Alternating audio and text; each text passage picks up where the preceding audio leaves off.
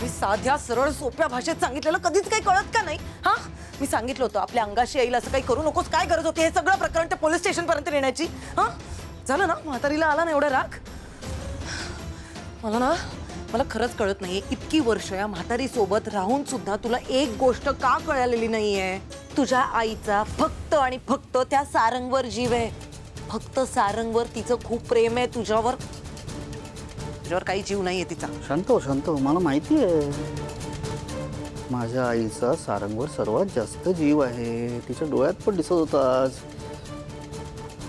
यातनं बाहेर पडायचा मार्ग सांग मोनिका, मला माहिती आहे तूच सांगू शकशील. एक मार्ग आहे.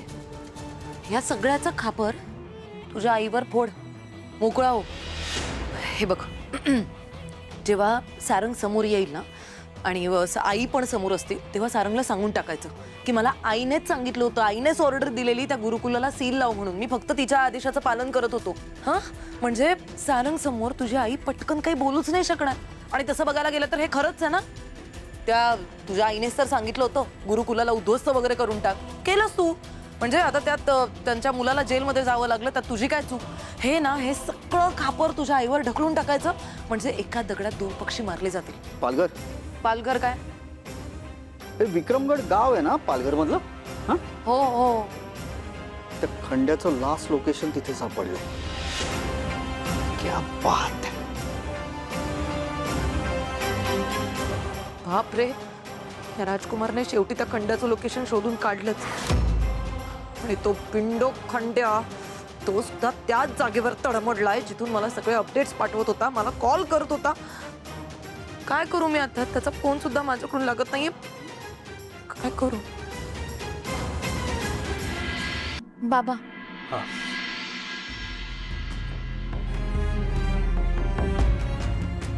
काय ग घरात एवढी शांतता? आबिर आणि व्यंकटेश कुठे आहेत? ते विठ्ठल मंदिरात गेलेत बाबा. मंदिरात अचानक? हो, अबीर हट्ट करत होता. त्याचं म्हणणं होतं की त्याला विठुरायापुढे प्रार्थना करायची आहे, आपलं गुरुकुल आपल्याला परत मिळावं म्हणून. गुरुकुल की सारंग? नाही म्हणजे तूही घरातल्या विठ्ठलाकडे हात जोडून साकडं घातलंच असशील ना, सारंग लवकर सुटावं म्हणून. मी कशाला घालू साकडं वगैरे? तसंही माझा आणि त्यांचा काही संबंध नाही आता. सावली, तू जगाला फसवू शकतेस, बापाला नाही. हा, मला उत्तम माहिती आहे. तुला सारंगबद्दल आधी जितकं वाटायचं तितकंच आजही वाटतंय. त्याचाच त्रास होतोय बाबा मला. मी कितीही ठरवलं ना की मला त्यांचा विचार नाही करायचा आहे, तरी माझं मन ऐकतच नाहीये. काही ना काही करून त्यांची काळजी वाटत राहते, त्यांचा विचार येत राहतो मनात. का होतंय माझ्यासोबत हे? प्रेम, तुझं सारंगवर जे प्रेम आहे ना, त्यामुळे होते सगळं.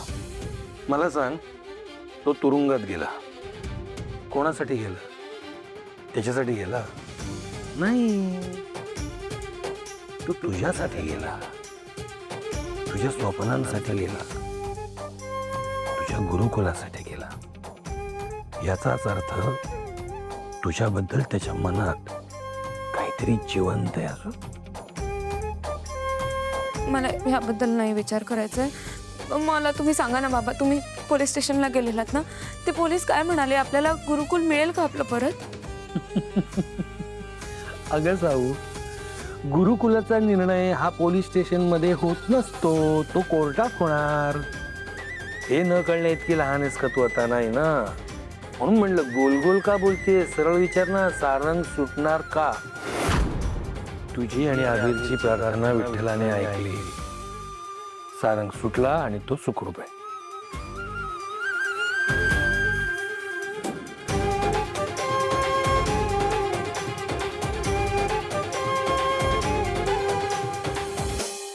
हे घे. होई बाळा, असं नाही करायचं. प्लीज 2 घास तरी खाऊन घे प्लीज. मला नाही जेवायचंय काकू. बाबा उपाशी असेल पोलीस स्टेशन मध्ये.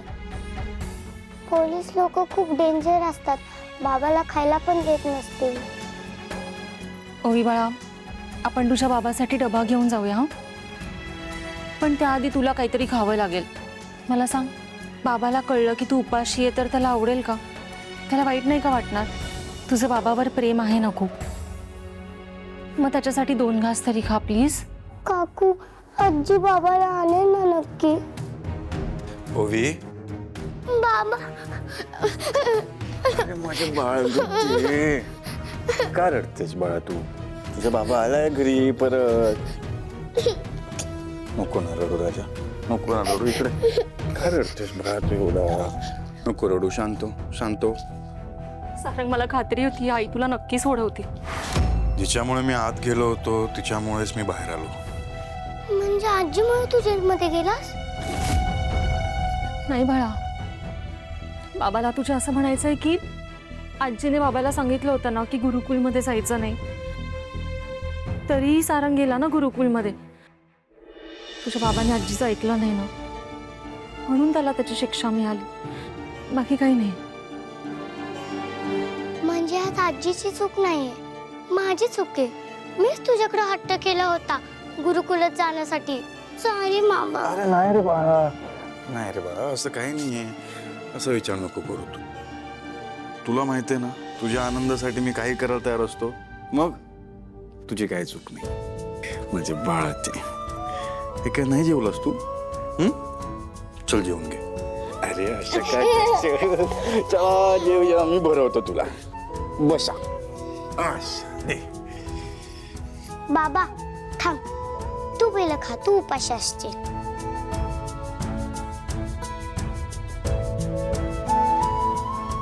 ह्या जगात सगळ्यात जास्त काळजी माझ्या लेकीलाच आहे. माझी खूप काळजी करते माझी लेक. धर.